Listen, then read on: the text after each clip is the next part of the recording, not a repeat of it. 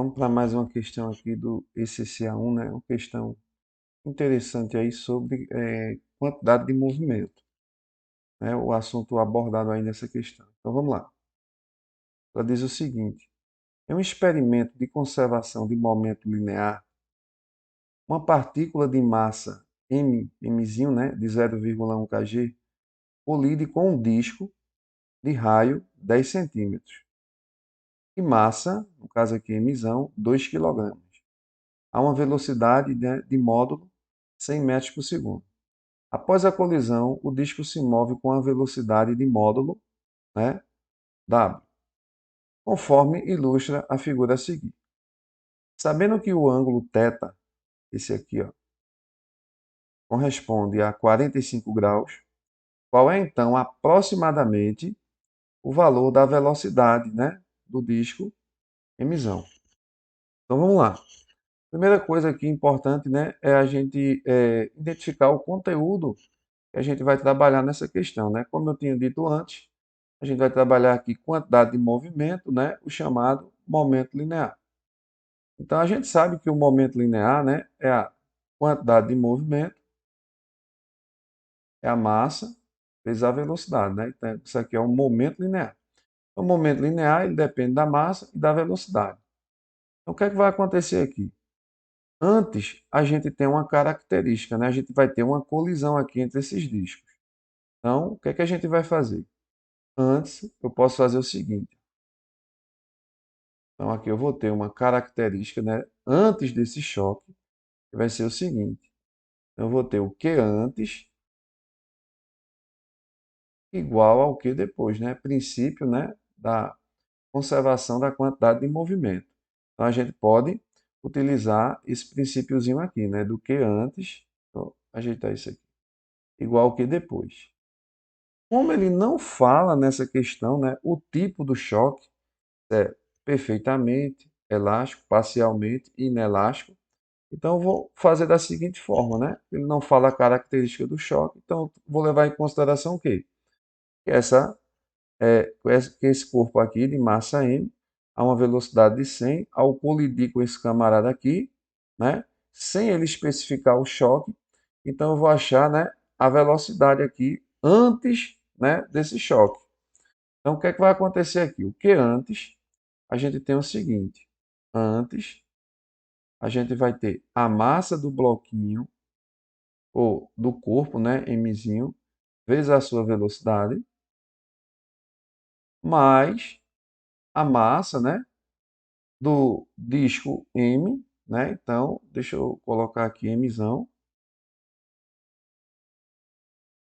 vezes a velocidade dele também, né? Sendo que esse camarada, ele está o quê? Ele está em repouso, ele está parado, né? Como falou a questão, não é assim? Então, como esse camarada está parado, a velocidade dele vai ser quanto? Vai ser zero. Né? Então a gente vê aqui, ó, um experimento de conservação de momento linear. Uma partícula colide com um disco de raio 10 centímetros, né, de massa m, a uma velocidade de 100. Esse camarada aqui está parado, então se ele está parado, a velocidade dele aqui é quem? É zero. Então m vezes zero vai dar zero. Então isso aqui eu vou ter o quê? Mzinho, que é 0,1, vezes a velocidade, né, desse corpo, que é 100, mais zero. Porque aqui, ó, 2, no caso, vezes zero dá zero. Isso aqui eu estou levando em consideração o quê? Antes do choque, né? Então isso aqui vai ficar o seguinte, ó. Isso aqui vai dar quanto? Isso aqui vai dar 10. A quantidade de movimento, né, antes do choque vai ser 10. Como aqui a gente tem a massa, kg, vai ser kg metro por segundo. Então isso aqui é a quantidade de movimento antes do choque, né? Então, antes do choque, né, a gente tem essa quantidade de movimento, né? E essa quantidade de movimento é uma grandeza vetorial. Então, aqui a gente tem essa quantidade de movimento, né? Ou seja, numa componente horizontal, uma componente horizontal. E a gente percebe aqui que depois do choque, né, esse disco, emissão, ele se movimenta dessa forma aqui, ó, como se fosse o vetor resultante. Então aqui a gente vai ter, ó, nesse caso aqui a gente vai ter a componente, né, vertical, a componente y, e aqui a gente vai ter a componente o quê? Aqui a gente vai ter a componente x, que é a componente horizontal. A mesma coisa vai ser aqui, ó, componente vertical. Então, esse cara aqui, ó, é como se fosse o quê? O vetor resultante, né? E o x aqui é a componente quem? É a componente horizontal. Então, a componente horizontal da quantidade de movimento é o QX e corresponde ao quê? Ao que eu tinha antes, porque ele estava se movimentando de que forma esse vetor velocidade? De forma horizontal. E a gente vê aqui, ó, que a quantidade de movimento é uma grandeza vetorial, né, que vai de acordo com o vetor velocidade. Então, se a velocidade aqui era uma grandeza horizontal, um vetor horizontal, então o que é que vai acontecer aqui? Antes eu vou ter um Q de x. Esse Q de x ele está de acordo com o quê? Com o mzinho, com o vetor velocidade de mzinho. Então aqui, quem foi o valor de Qx? O valor de Qx foi 10 kg metro por segundo, né? Então isso aqui é a minha componente, né, horizontal.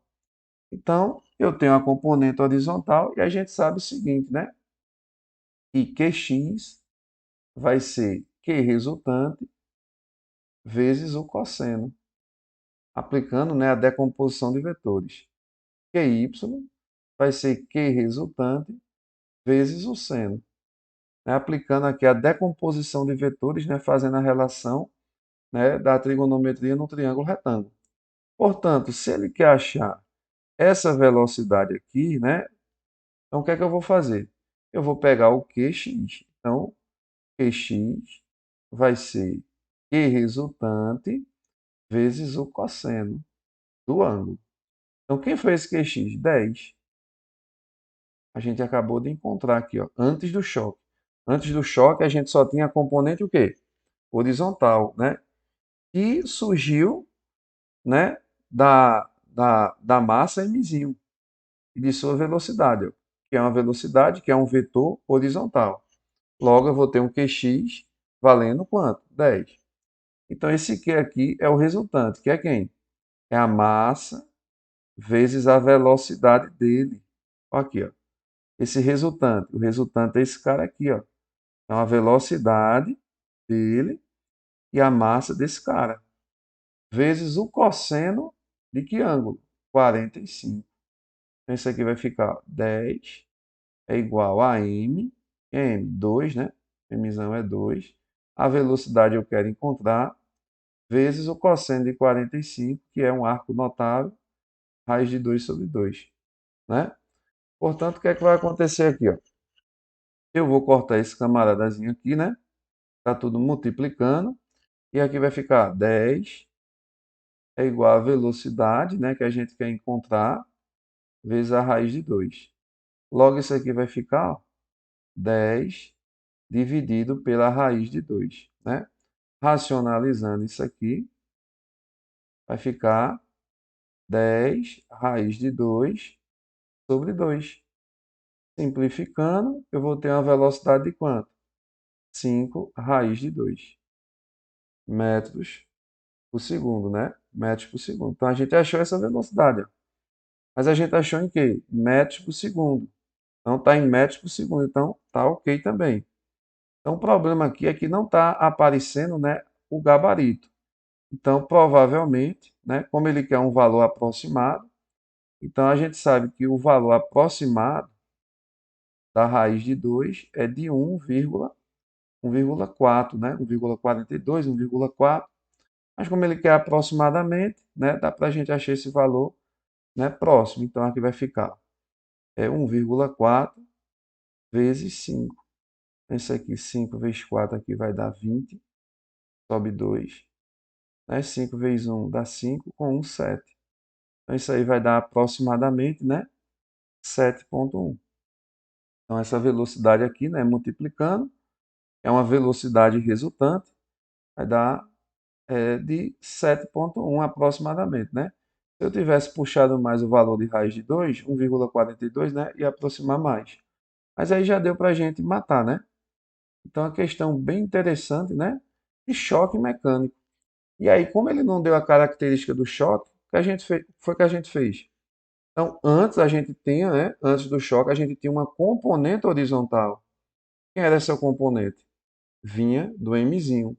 Então, achando essa quantidade de movimento que corresponde a uma quantidade de movimento horizontal, que é o Q de x, a gente pôde achar essa resultante aqui aplicando a decomposição de vetores, né?